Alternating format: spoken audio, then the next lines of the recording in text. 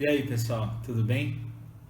Que bom que a gente tem mais uma oportunidade de ler um pouco da palavra de Deus e aprender mais sobre ela. E a aula de hoje chama Gideão, um servo valoroso. Na aula passada a gente falou sobre Josué, certo? Então Josué foi sucessor de Moisés, levou o povo, né, depois que eles estavam no deserto, a conquistar a terra prometida. E depois que eles conquistaram a terra prometida, de Josué morreu, Deus levantou juízes para livrar o povo dos seus inimigos, para liderar o povo e para auxiliá-los a tomar decisões sobre as suas causas. E o povo tinha muitos períodos em que ele saía dos caminhos do Senhor e Deus permitia que os inimigos viessem para que eles voltassem para o Senhor e clamassem ao Senhor por auxílio. Deus levantasse um juiz e os libertasse. E esse foi o caso. Então eles de novo fizeram algo ruim para Deus e Deus permitiu que os midianitas atacassem o povo de Israel e subjugassem eles. E acontecia coisas muito chatas, eles eram muito numerosos, na Bíblia fala que eles eram como gafanhotos, nuvem de gafanhotos. Então era muita gente, né? Os camelos deles não se podiam contar. Então eles eram é um povo muito numeroso. E o que aconteceu? Eles saqueavam, eles roubavam as plantações, acabavam com tudo que o povo tinha, deixavam o povo passar fome. Eles começaram a se esconder nas cavernas. Eles viviam com medo. E o que aconteceu? Gideão ele era o filho mais novo de Joás. E era a família mais pobre da tribo de Manassés, que era a família de Abiezer. E então Gideão se via como alguém sem valor, se via como alguém pequeno, alguém sem força, alguém que nunca na vida seria um líder. Ele olhava para ele mesmo e falava: eu nunca vou conseguir liderar nada, eu nunca vou conseguir fazer algo grande na minha vida. Ele foi levantado por Deus como um juiz para libertar o povo dos midianitas. E quando Deus prometeu, o povo orou ao Senhor pedindo para que fosse liberto, o anjo do Senhor foi até a casa de Joás e encontrou a vida de Gideão, e Gideão estava fazendo o quê? Ele estava trabalhando. Ele estava malhando o trigo no lugar onde eles pisavam nas uvas, escondido, que era um tanque muito alto de madeira. Assim que você ficava, ele cobria, era maior que a altura de uma pessoa. Então ele estava escondido lá, trabalhando com o trigo. E o que aconteceu?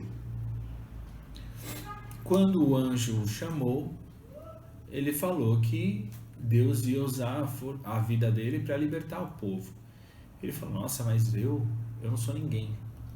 E o anjo falou: não, é você, na sua força, que Deus vai te usar para libertar o povo. Ele falou: deixa que eu vou te dar uma oferta. Então a gente vê que, além dele ser um jovem trabalhador, ele era um servo de Deus. Porque o que ele quis fazer? Ele quis dar uma oferta para o anjo.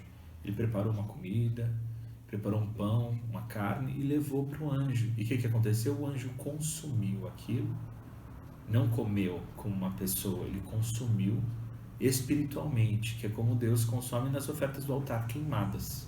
Então ele colocou sobre uma pedra e surgiu fogo e consumiu aquilo que Gideão tinha feito. Então ali Gideão percebeu que ele tinha tido um encontro com Deus e ele constrói um altar por iniciativa própria. Então, por iniciativa própria, a gente vê um coração de servo em Gideão, alguém que ofertou para o Senhor e alguém que construiu um altar para Deus. E depois, no dia seguinte, Deus fala para ele: eu quero que você destrua os altares dos deuses pagãos que estão numa montanha e eu quero que você construa um altar para mim lá. E ele foi e fez. Ele destruiu o altar de Baal, destruiu o poste da deusa Azerá e construiu no lugar um altar para Deus, para o Senhor, e fez uma oferta ali, porque ele era obediente. Então Deus mandou, deu uma ordem para ele, e ele, como um servo obediente, cumpriu aquilo que Deus tinha pedido para ele. Mas ele era corajoso? Não, ele era medroso, porque Deus falou para ele fazer isso de dia, ele fez isso de noite. Ele estava trabalhando escondido, porque ele tinha medo. Então ele era um cara que tinha medo. Mas Deus via a coragem no coração dele, ele via o potencial que ele poderia ter nas mãos de Deus. E o que aconteceu? Depois que ele destruiu esse altar, esses postes ídolos da deusa Zerá, os povos que viviam lá naquela região ficaram indignados. Ficaram indignados e foram atrás dele, descobriram que foi ele. E falaram pro pai dele, dá o seu filho aí que vai ser morto. A gente vai matar seu filho. Cadê Gideão? A gente vai matar ele. E Joás fala uma coisa muito interessante. Ele fala, mas o altar não era de Baal, do deus Baal? Que Baal se defenda. E daí Gideão ganha um nome, que é Jerubbaal, que significa que Baal se defenda, né? Então, ele ganha um apelido que humilha o Deus falso, né? Então, a gente vê ali ele já colocado como um desafiador dos deuses pagãos, defendendo o nosso Deus. Então, a gente vê que realmente o temor ao Senhor e ter o Senhor como aquilo de mais precioso que a gente tem na nossa vida é uma afronta para o mundo, é uma afronta para aqueles que não são do Senhor, mas que é algo que vai nos trazer notoriedade nesse sentido de sermos conhecidos pelo Senhor, né? E é isso que vai acontecer com a vida de Gideão. Ele vai exaltar o nome de Deus com a sua vida. E daí o que aconteceu? Os inimigos se reuniram. Se reuniram os midianitas, os amalequitas e mais uns povos do deserto, que todos eles que adoravam esses deuses pagãos no lugar onde Gideão tinha destruído. Nesse momento a gente vai abrir lá em Juízes 6:34, aliás a história de Gideão está no livro de Juízes, do capítulo 6 ao 8. E no versículo 34 do capítulo 6 diz assim: Então o Espírito do Senhor revestiu a Gideão, o qual tocou a buzina, e os asbiesritas se juntaram após ele. Abiesritas são aqueles da família de Abiezer, que era a família mais pobre da tribo de Manassés. Então todos os seus parentes, os homens dessa tribo, da sua família, se juntaram para a guerra. E ele mandou chamar os homens das outras tribos de Israel que também estavam próximas daquela região, que era o resto da tribo de Manassés, as outras famílias da tribo de Manassés, a tribo de Azer, Zebulon e Naftali. E nesse meio tempo, enquanto as pessoas vinham, ele fez provas para com Deus, porque Gideão era alguém que queria ter a certeza de que Deus estava com ele. Ele falou: Deus, eu quero fazer uma prova com o Senhor. Se amanhã de manhã essa lã estiver molhada e a grama seca, aí eu vou ficar mais tranquilo de que o Senhor está comigo. Ele vai no dia seguinte, está tudo seco, e depois ele pega a lã, espreme e enche uma tigela inteira, para ter certeza de que estava tudo sequinho e aquilo estava realmente molhado. Daí ele fala: eu ainda estou um pouco temeroso, vou fazer mais uma prova. Deus, quero que tudo esteja com orvalho e essa lã bem sequinha. Daí foi e aconteceu de novo. Então você vê que ele tem medo, né? Ele não é alguém corajoso, ele tem medo. Mas ele confia em Deus. E ele vai superar esse medo nessa história, né? E daí acontece isso, acontece igual ele pediu. Estava tudo molhado e a lã estava seca. E depois que se juntaram os homens, eram 30.000 homens dessas 4 tribos. 30.000 homens se juntaram para essa batalha. E Deus falou: assim como você é alguém que quer ter a certeza de que eu estou com você para te dar a vitória, eu quero que todas essas pessoas também tenham a certeza de que a vitória veio do Senhor. Então vocês não podem ser muitos.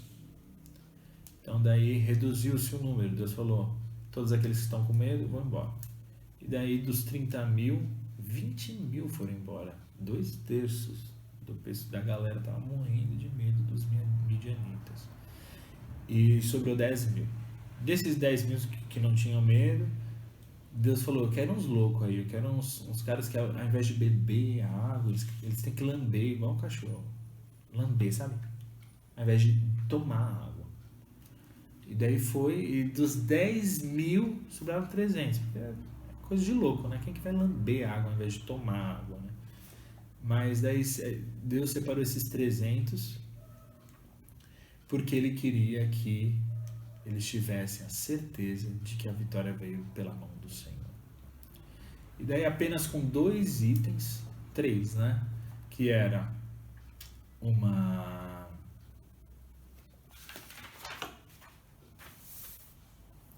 com apenas 3 itens, que era uma corneta, um cântaro e uma tocha de fogo, eles foram para essa batalha, sem espadas. E daí eles chegam lá, tocam a corneta, quebram o cântaro, pegam a tocha acesa que estava dentro do cântaro e gritam, espada do Senhor e espada de Gideão. E começa a tocar a corneta e fica parado lá com a tocha. Eles separaram 3 grupos de 100, ficaram em volta do acampamento do inimigo, e enquanto eles tocavam a tocha, parte fugia, parte se matava. Eles começaram a matar um ao outro, porque eram também de povos diferentes, né? Os amalequitas, midianitas, um pessoal do deserto lá, eles não se conheciam direito. Então eles começaram a lutar um contra o outro, saíram matando todo mundo, e um monte de gente fugiu, daí eles correram atrás e venceram o inimigo.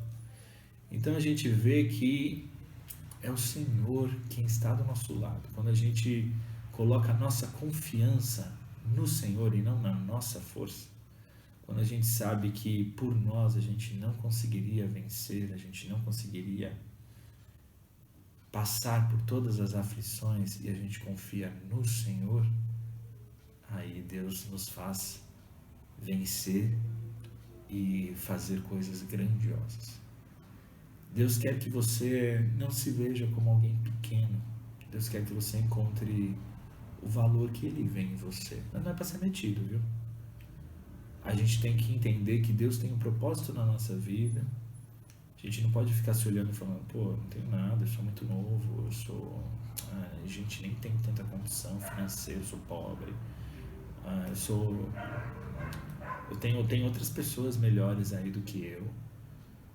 Mas Deus não quer o melhor dos melhores, porque Ele não quer alguém que seja orgulhoso. Deus não quer alguém que olhe para si e fale, não, eu posso, eu consigo, eu aconteço, eu vou e eu faço. Não, Deus quer alguém humilde.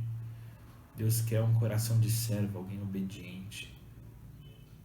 E foi isso que Ele encontrou no coração de Gideão.